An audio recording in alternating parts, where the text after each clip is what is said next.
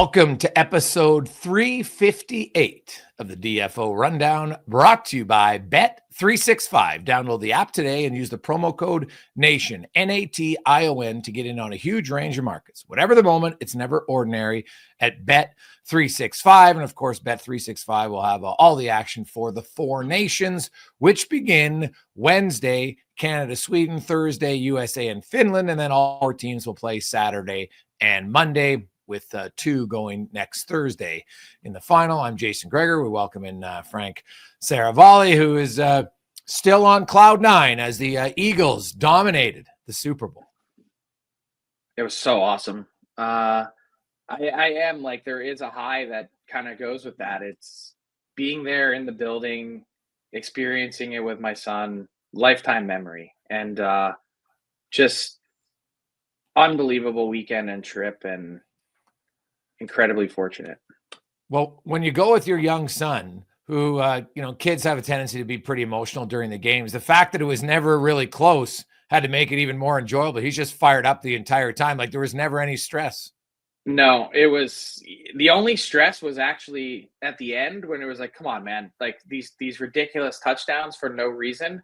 Not only are you screwing someone's block pool, but you're just delaying the inevitable. We had a red-eye flight that we were kind of like running out of the building for. We watched a little bit of the celebration, then we got to go. And it was like, what are we doing here? These stupid onsides. It was 40 to 6 at one point. Like, yeah. What are we doing here? Yeah, so, it was. Anyway, that was the only annoying part. But look, the vibes were immaculate. The Eagles fans all across the Superdome doing the chop mockingly. It's just a night to remember, and the excitement and so many people around us, just like, I can't believe this is happening, can't believe it's this type of game. It just was so awesome. How does because watching it on TV is always different than being in the stadium, how does a halftime show come across when you're in the stadium? Well, it's really cool to watch kind of the mechanics of it. Just to see them set up and take something down in like 6 minutes of time is crazy. The show itself, look, I'm not a Kendrick Lamar fan, not my genre of music. I think we can all appreciate talent. I just felt like, I happened to be at the Super Bowl a couple years ago when the Eagles were in it, and they had, I think it was Rihanna that year, and she did this thing where she was like on these lifts, and there was all this technical stuff involved. This was different, cool, but I don't know. It wasn't the best I've ever seen. Well, there was definitely lots of symbolism and, kind of deeper meaning into his show for sure, with Samuel L. Jackson and everything else. But I think it would be hard to catch it all in real time. Like, I didn't see it because my son had a game. And so before I watched the halftime show, I had read online about the halftime show and all the symbolism and points he was trying to make. So when I watched it, I was like, oh, I get that. But if I'd have watched it live, I'd have been like, what is that? And then do it in the stadium where like the acoustics aren't that great. Like, I can't even hear all the lyrics. And I was just kind of like, all right, let's get to football. Yeah. Yeah. I wonder, because halftime's 40 minutes. So now when your team's dominating, halftime could be 2 hours. You don't care because they're dominating. So it's a little bit easier. But no, it was actually making it worse because you go, all right, Patrick Mahomes is coming in the second half. Get ready. And the Eagles defense was insane. Yeah, like if you could, the Eagles D line, to me, I know that you can't because the MVP is an individual, but the fact that they didn't blitz once and had that much pressure, to me, the D line was a star of the game without question. So kudos to them. There's a reason why I sprinkled a little money on Jalen Carter as an MVP candidate. Yeah. So they're good, and they don't lose many guys. They only got, I think, 2 or 3 free agents, so they should be a team to reckon with next year. So kudos. So hard to explain this to a kid, though. Like, we're walking out of the building, and he looks at me and goes, "Dad, that was awesome. Can we do this again next year?" I'm like, buddy, that's not how this works. Like, this might be the only Super Bowl this team gets to in your lifetime and wins. Yeah, might be it. That's where you just say, you know what, son, if they're there, sure, but because keep them riding the high. Because you're right, it's like my son, he thinks that the Chiefs, since he's been 4 or 5, have been in the Super Bowl 5 times, and he's a Chiefs fan. So I'm just like, son, you might never see your team in the Super Bowl again. Like, there's lots of organization. The Chiefs used to stink, for decades. So it's kind of go back to 2012. The Chiefs were they hadn't won anything since the early iterations of the Super Bowl. Yeah. So it's crazy. Now let's move to 4 Nations, which of course the puck drops in a real game on Wednesday. And, we saw everybody talking. We've seen the line combinations now, Frank. I guess let's start with Finland and just the fact their defense is so decimated. Can they usually they punch above their weight class, but are they going to be an afterthought now? I think so. And it's always hard to say that with any degree of certainty because I love watching their forward group. They've got the most brain power of any team in the tournament. They can think their way around the ice as well as anyone. So when you've got players like Alexander Barkov that can key in and play defensively the way that he can, it's just this. I would lean more toward this being a 3.5 nations tournament because that defense core wouldn't stack up as a Stanley Cup contender, let alone on the international stage in a best on best tournament. So Finland has their work cut out for them, and Saros has had a very mediocre year by his standards, that it's tough to envision Finland being anything more than a team that works really hard. But I think the real fascinating part about this tournament, everyone's so keyed in on US, Canada, and it's almost like people think it's a foregone conclusion that those are the two teams that are going to meet for the championship game. If you told me Sweden's playing next Thursday in the championship game in Boston, I wouldn't be shocked. Yeah, no, Swedes got a good team. The Finns did get some good news. Mikko Rantanen shows up and he's going to be ready to go. That obviously is key for him. And, I always wonder how some of these tournaments maybe can jumpstart some guys. His early few games in Carolina haven't gone the way he wanted offensively anyway. But, he'll come in, you get together, and there's just something like the Finns. They're a very proud nation, not a very big nation, but we've seen them on the international stage show up time and time again. Now, obviously, they never won at the NHL level of these type of tournaments, but I agree with you on their work ethic and their smarts. They don't have the same talent pool right now as the other teams, especially when they're banged up. So the Swedes, though, to me are intriguing in how they play. And you know what? I think they're 1-8 versus Canada, and like that in this short of a tournament. Right, like every game matters. That's what I like. Yeah. So, like the Wednesday game, it's not so much who's the best team overall. It's just, are you ready to go on the first day? And historically, the Swedes have been a team that comes together. You know what? They'll lock it down. I don't think they're going to play run and gun. So it's going to be, can Canada score some goals? Yeah, but Sweden's offense is pretty good too. I think so. It's always interesting to look at this tournament position by position, right? And so, if I were to rank the defense cores 1 through 4, obviously Finland is the clear 4. I would go Sweden, Canada, US, Finland. The size, the brawn on their back end, and their ability to move the puck. Like, there is no weak link going over the boards for Team Sweden, maybe aside from Erik Karlsson, if you want to call him that. Yeah, I'm curious where Karlsson's such an elite player. When you play at the best guys, you move the puck. Like I'm sure the giveaways won't be as obvious, but I'm kind of curious. More obvious. You think so? Yeah, I think those guys. Sometimes it's easier to play with when everybody's good. You know what I mean? Like everybody's in the right position. Everybody's going to be. Because Karlsson, when he has the puck on his stick, is still amongst the top 5 best defensemen in the game when the puck's on his stick. How often is he going to have the puck in a tournament like this playing against the best players? That's the other part of it. Yeah. No, that's fair. So you look at that Canada, how who's going to get the puck off of Canada? That's the big question. How do you and that's why I'm curious about the US defense and their size. We've talked about this. They've got a couple guys who are 6'3", a couple guys who are 6'1", and a couple guys who are 5'11". It's not a big defense core by any stretch of the imagination. Maybe all you need are good wheels to defend against Canada, but you've got to be able to break up plays and bust the Canadian cycle, which is going to be probably pretty strong. Yeah, and now they don't have Quinn Hughes either, arguably their most mobile defenseman. So that's a huge blow for them. What did you make of the U.S.? And you look at their top four, and you've got Slavin and Fox, and then you've got Werenski and McAvoy.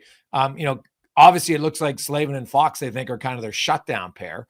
And then you got Werenski and McAvoy as a second one. Do you think they'll stay with that, or do you think they might alternate them? I think they would probably stay with this, and it's for balance and blend, right?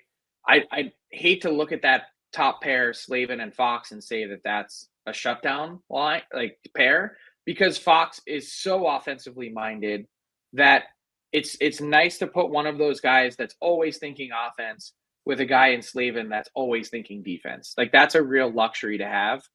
And Werenski, look, this season has been unbelievable for Zach Werenski. I'm wondering if this tournament on an international level, a Norris Trophy type level, is a kind of coming out party for him. He's played close to that level. Quinn Hughes and Cale Makar have been a level above that, but Werenski has a chance to make a statement this tournament, these next 2 weeks. Well, I think Werenski's been on the same level, if maybe not above them this season, but career-wise, you're right.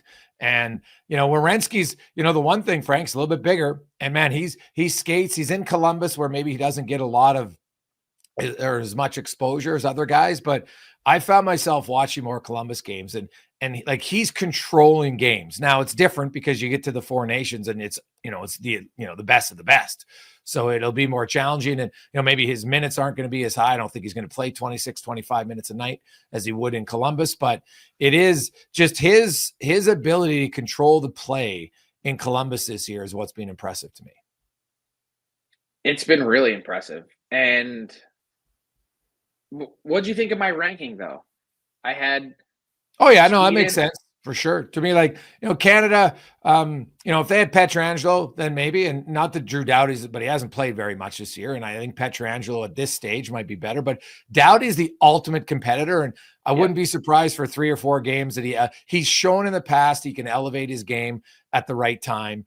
And, him and Theodore, like, I think Josh Morrissey's probably very underrated on the global stage on how good he is in Winnipeg. And, Colton Parayko, I know they'll look at St. That's a nice blend. Too. Colton Parayko, man. Little guy with big guy, Morrissey, smaller guy with Parayko, big. Obviously, you've got the chemistry with Taves and Makar. Yeah.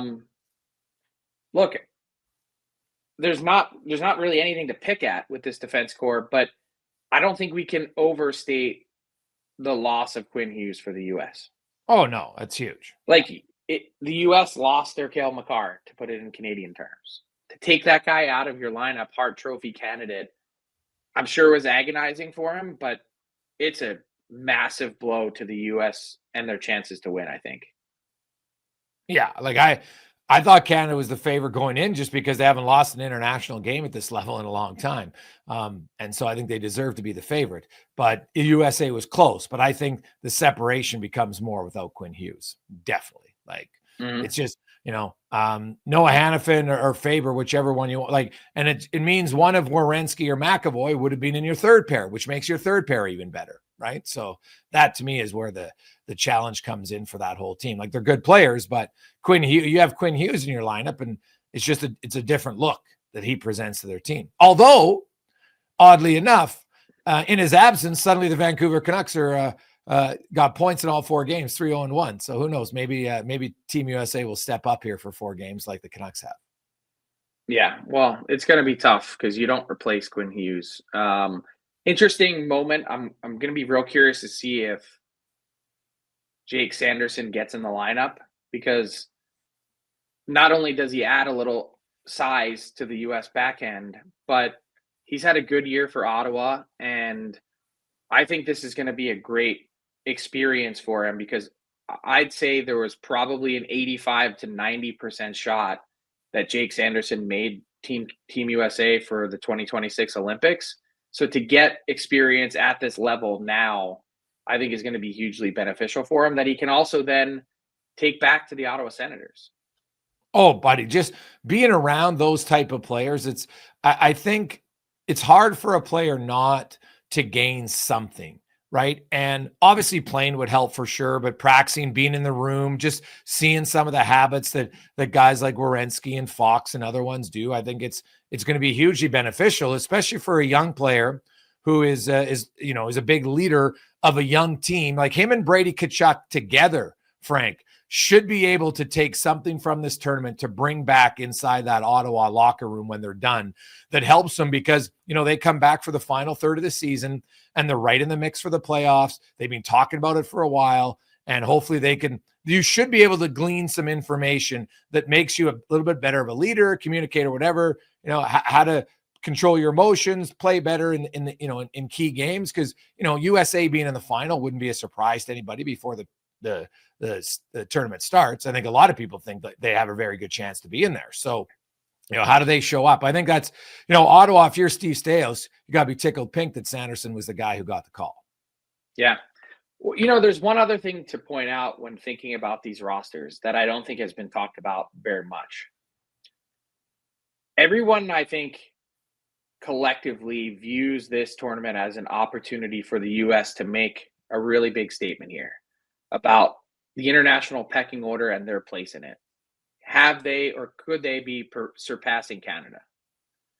The U.S. has won back-to-back World Junior gold medals. They don't have anything else to speak of, really, in terms of their hockey history at the best on best level. So you've got an opportunity here to do that. But when I look at this group, there aren't many serial winners here. You've got Matthew Tkachuk, you've got Jack Eichel. But if you're just sizing this group up on conference final appearances or deep Stanley Cup playoff runs, Jake Gensel is a two-time Stanley Cup champion. That's kind of it. Matthew Tkachuk just won. Well, I just said Tkachuk and Eichel. Yeah. But on the back end, it's not overflowing with deep playoff experience. Austin Matthews is your captain, and he's never won anything. Connor Hellebuck is coming off of a ugly first round loss. I'm not disparaging anyone. I'm just saying it's the opposite in Canada. Sidney Crosby, serial winner. Cale Makar, Nathan McKinnon, they've won. Sam Reinhart won last year. Mark Stone has won a cup. Brad Marchand's won a cup. Sam Bennett at the bottom of the lineup. Seravalli, Point. I mean, this is a group that's all they've done is win. Colton Parayko on the back end. Doughty. It's night and day difference. Winners and losers. Not just to put it in the most simple terms possible. Yeah. Well, the U.S. has the youngest team at the tournament, and we say that like they're 28, so it's not like they're young by any stretch, but they're coming out. I think they got 6 of the guys who are on that. But tell me that doesn't mean something though in this tournament. I think experience like that when you've won, and for Canadians that have won at the 2014 or 2010 Olympics, that's just different. There's no one on. I don't think there's anyone on this U.S. team that was playing in the 2010 tournament. No. Canada has a few of them. Yeah, Doughty, Crosby. So it helps for sure. And Canada comes in to me as the favorite of the tournament just because they've, just because of that. They're the 800-pound gorilla. And haven't they won something like 12 or 14 straight international games, I think, dating back to to 2010, I think it is. So, the last time they lost, I think, was 2006. So, Canada's been good. It's obviously a hockey nation, and they would, I would expect Canada to be the favorite. Now, my question regarding Canada, I think a lot of people, is John Cooper at what point? Because now, obviously, you have to be a little bit older, but the 1987 Canada Cup, and by the way, I love the format. And Frank, to me, I like the tournament. I don't like the timing of the tournament. I hope that the next tournament is back to the normal September when it used to be played all the time. I think it's better. But the other thing is, and I would love it if the final was a best of 3. They could ever get back to that. Canada Cup had a best of 3 final with 6 teams, I should mention. So I just think it adds so much to it. I look at Canada, Gretzky and Lemieux played together, and everybody's like, oh my goodness, it was great. Like Crosby is Sidney Crosby, but right now today, it's McKinnon and McDavid who are the 2 top dogs in Canada. And their speed, it's unlike anything we've ever seen. I know they're on the first unit power play, but that's more of an in-zone offensive setup. I want to see those guys 5-on-5 at some point in this tournament. That'd be awesome. Look, Canada is the favorite, and they are my pick to win the tournament. Again, I think there's a sizable percentage difference. Like we're talking more than 5% difference missing Quinn Hughes at this tournament for the U.S. Not an excuse, just saying different. And it's going to be really difficult to get the puck off of Canada all tournament long. Sweden, Finland, or the U.S., it's going to be a challenge. Yeah. No, I would agree with that. They go like when Braden Point's your third line center. Come on. That's pretty good depth. I mean, JT Miller, though, is the U.S. third line center. And if we were heading into any tournament over the last 2 seasons and you had a choice to pick between Point or Miller, I think 9 out of 10 people are picking Miller. Miller has been a top 15 player in the NHL the last 2 seasons. Oh, well, Braden Point scored 50 goals for a year. Like, I think Braden Point's underrated because of Kucherov. Braden Point is highly smart, competitive, plays in all situations. He's won twice. And not only did he win, he shows up big in the playoffs, right? So I would be the one then that would take Point. But I've known Point since he was young in Moose Jaw. I'm a huge fan of Braden Point, the person, but also Braden Point, the player. I think he was a hell of a player. I'm not taking anything away from him. I'm just saying it's not a drop off from Point to Miller. It just isn't. Yeah. So. Point's a little more even keel is probably the best way I would put it. Sure. But it's not a personality thing either. Yeah. Now, let's bring in Ty Yaremchuk, who's also in Montreal for 4Nations. Ty, how you doing? I am doing good. Excited to be in Montreal. I will say though, Greg's -8 in Montreal. I think I'd pick the -20 in Edmonton. It is a different kind of cold. Oh no, honestly, out east, man, the humidity you get into it's a different cold. It's like it goes through you. I know people like, oh, it's dry cold, but there's a legit difference, man. Oh yeah, I've noticed it for sure. Yeah, dude, you guys whine a lot about the cold. I'm not gonna lie. Like Tyler yesterday, like we go to dinner. It's go freezing. Like, dude, I'm like, I don't even. Maybe I'm just because I'm fat. Like, I don't even need a parka. Like, I'm perfectly comfortable walking out here in a sweater. So maybe I'm soft, is what you're saying. Damn. Okay. All right. Not maybe. Okay, I think we already knew that part. Then I'll move away from this. Our friends at Bet365 do have odds up for who's going to be the leading scorer at this tournament. So not only do I want your pick for that, but I'm curious to know the leading scorer in this tournament will finish with blank points. So you got to remember they're going to get 3 round robin games, and then you would assume a playoff game if they're the leading scorer. So Greg's fill in the blank. How many points will someone get to in the 4-game stretch, and who do you think will lead the tournament? That's a really good question. I'll go McKinnon in 6. What? 6? Only 6? I'm gonna go McKinnon Points? at 11. 11 in 4 games. games. You think guys are going to be 3 points a game? Yep. I think someone is going to pound on Finland. It could be a 6-1, 7-1 game. And I think, look, just because it's a short tournament doesn't mean we're not going to have blowouts. Maybe. I thought about 7 because I didn't like 6, but I just think it'll be spread around, right? I was going to say 6 points. What do you think? He's going to just take a game off and sit out? Healthy scratch? Well, he might, if they could beat USA 3-2 and he could only have 1 point. Like, I think 11 is crazy. The truth probably someone is going to have a double-digit tournament. I don't know if it's going to be McKinnon. Someone's going to have a double-digit tournament. All right. I'm going to write that down in our little. I hope so. I'm all offense, so. Someone will have 11 points. It's bold. It's bold. Nate McKinnon, by the way, on Bet365 is second on the odds board to be the leading point scorer. We talked about yesterday on our hour-long preview show. I love Nathan McKinnon to be the team's leading goal scorer as well, or sorry, the tournament's leading goal scorer, and you can get that at 15-1. I think he could just be the finisher on that line with Sidney Crosby. Is McDavid the leader of points odds for points? Yeah, he's plus 600 plus 250 to lead the tournament in points. So I'm gonna ask you a fill in the blank question. I know this is your job, but I'm gonna ask: who has had the more disappointing regular season relative to their standard? Connor McDavid or Austin Matthews? I mean, Matthews has missed a bit more time with injury, if I'm not mistaken. So maybe you lean Matthews. But I mean, Greg's, I was talking to Frank about this last night. I think this is the worst we've seen. And again, the numbers are fine, but just eye test wise, I think this is the worst Connor McDavid's played in a handful of years.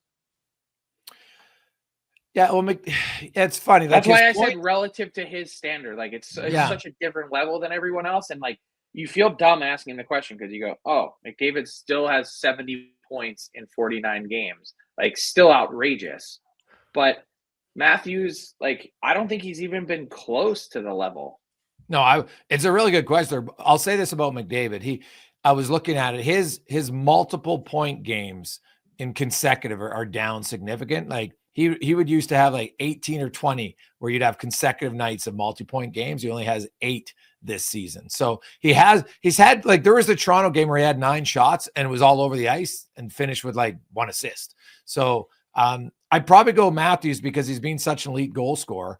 And he might get 40 goals this year, maybe. And he's on a 6-game goalless streak to come into this tournament. Both of them, because the bar is so high for McDavid and points and Matthews and goals. It's a unique question, but yeah, I might lean Matthews slightly. McDavid hasn't had though as many of those wow moments that you're used to. Yeah. And all right, I'm going to ask you one more. Did the United States make a mistake naming Austin Matthews the captain? I don't think it matters all that much in a short tournament. I don't think it matters that much in general, like who actually wears the letter. But, man, I'm sorry. I'm picking a guy, for all the reasons we just talked about, I'm picking a guy who's won. Matthew Tkachuk, you've gotten to the top of the mountain. You've done it. You drag your team into the fight. And it's going to be really interesting, like, could the U.S. like let's say this tournament blows up, and let's say, just for hypothetical, the U.S. isn't in the championship game. Does Austin Matthews come back as your captain for the Olympics? Well, I guess it depends. What if he plays great and they lose? The thing about Matthew Tkachuk being your captain is he's such an emotional player.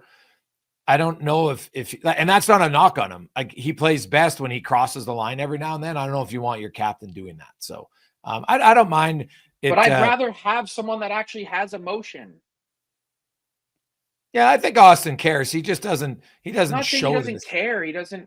There's no outward expression of it. I want that, but again, who knows what it's actually like behind the scenes? Just really curious. I thought it was an interesting call.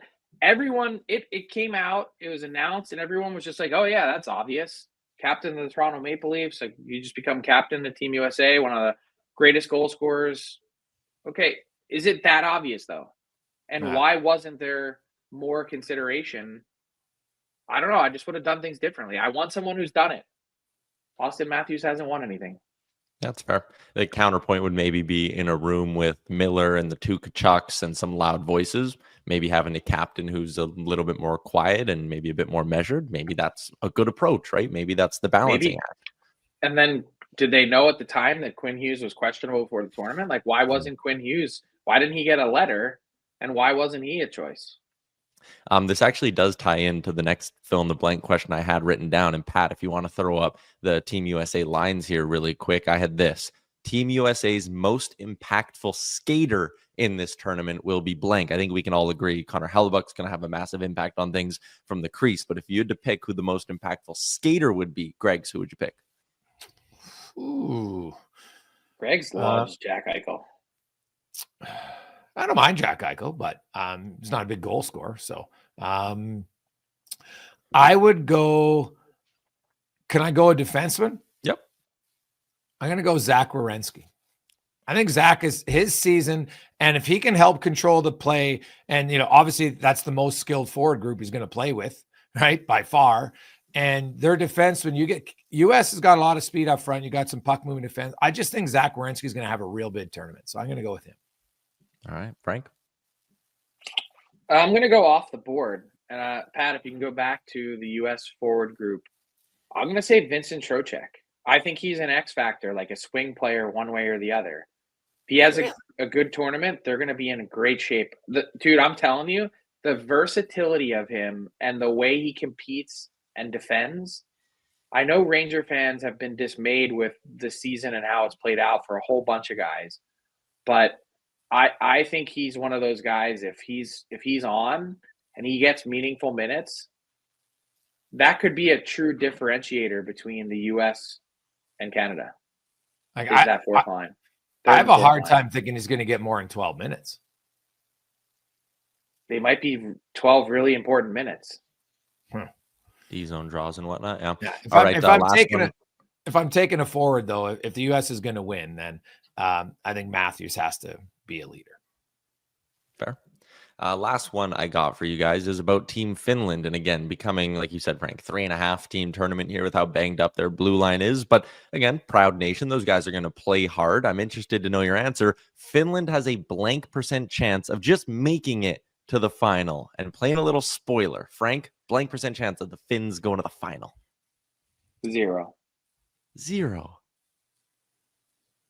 Sadly, that's what I was going to say. Sorry, Yanni and all my Finnish buddies, but their blue line, like Miro Heiskanen it's like taking Quinn Hughes off of Team USA. The only problem is the Finnish defense, without the U.S. defense without Quinn Hughes still has McAvoy and Werenski and Fox and Slavin. Well, I like Esa Lindell, but Oli Mata's in your top pair, Yoki Haru's in your second pair, Valimaki. Like, come on, it's not close, man. Like this defense core they don't make the playoffs in the NHL. Like, would any of these 6? Maybe Esa Lindell's the only one of these 6 who could play on any other team in this tournament. Nope. And he'd be in a third pair, maybe. Yeah, I don't think he makes any of the other teams. I might take him ahead of Noah Hannafin. I probably would, actually. So for the left pair on the third, but would you take him over Jake Sanderson? Like, I think in short order we could see Sanderson swap in for Hannafin. Yeah, you might. Righty lefty though, but yeah. Yeah. I don't know, but he's the only one. Like, I like Esa Lindell, man. He plays a ton of minutes in Dallas and does a lot of good things. But their blue line after that now is just not the same. Like, you got 2 of your top 4 D-men out. Like, I just think it's too much to overcome. Yeah, that's fair. All right, there you go, boys. That is a wrap on this week's edition of Fill in the Blank. But the Finns, they'll be scrappy because they always are. But that's too much to overcome for sure. Like I said, that forward group, they're like Mensa members. They're brainiacs. Like, they've got some really, really smart players. Yeah. Are you surprised, though, Laine's playing with Barkov because he hasn't done much 5-on-5 at all in the NHL? Not really. If someone's going to prop you up, that's going to be the guy to do it and going to get you the puck. I just don't know, to the point that I was just making, there's a reason why Reinhart and Barkov play well together. They both think. Patrick Laine doesn't have that. Yeah. Now, speaking of the Finns, and we'll finish talking some NHL. Miro Heiskanen, they come out and he's announced as month to month, which you don't hear very often. And I look at him, and it seems very unlikely that he's going to be ready, Frank, before the end of the regular season. But that frees up a boatload of cap space for Jim Nill and the Dallas Stars. They're a really good team. The Stars have been playing excellent for the last few months. Now, if there's a chance Heiskanen can come back for the playoffs, I think if you're Jim Nill, you might, hey guys, we got a chance here to load up on our roster and then add Heiskanen when there's no salary cap in the playoffs. Do you think he does it? I do think he does it. I don't see any reason to leave a stone unturned at this juncture. It'll come down to assets, as it always does, because they've already made a trade moving that first round pick. The player, I'm not saying he will. I'm saying the player that I'd be trying to figure out a way to get to Dallas is Seth Jones. If moving forward, and not necessarily just to stabilize things now, but if moving forward you could go Heiskanen, Seth Jones, the key would be getting the Chicago Blackhawks to retain. If you could get Seth Jones bumped down from 9.5 to 7.5, I think it's a very reasonable bet. The key is, with that retainment, what is Seth Jones going to cost you asset-wise? Dallas is the place that he'd like to go. That's his home. How do you do it?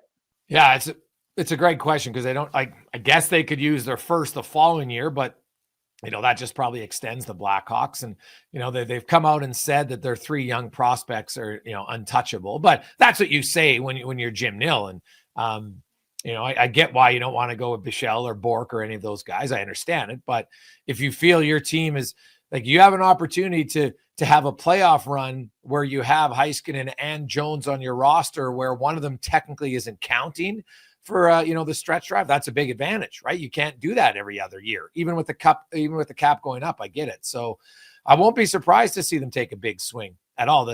I am interested about how Chicago views it. It was funny because when they signed Seth Jones, Frank, that summer, it was literally like 8 months, 10 months later, and suddenly they were going scorched earth. But when they signed Seth Jones, they were still hoping to be competitive. And so two different regimes, by the way. Yes, I know. Yeah. And things got changed pretty quickly for him. And so I'm sure he would, he hasn't said anything publicly. There hasn't been any big, I want out, but I'm sure behind closed doors, he looks at that roster. Like I said it, Frank, when at the start of the year, when Chicago talked and there's fans and media, they're going to speed up the rebuild. I'm like, guys, Bedard was the start of your rebuild. You could argue Vlasic was young, other guy, sure, but that's it.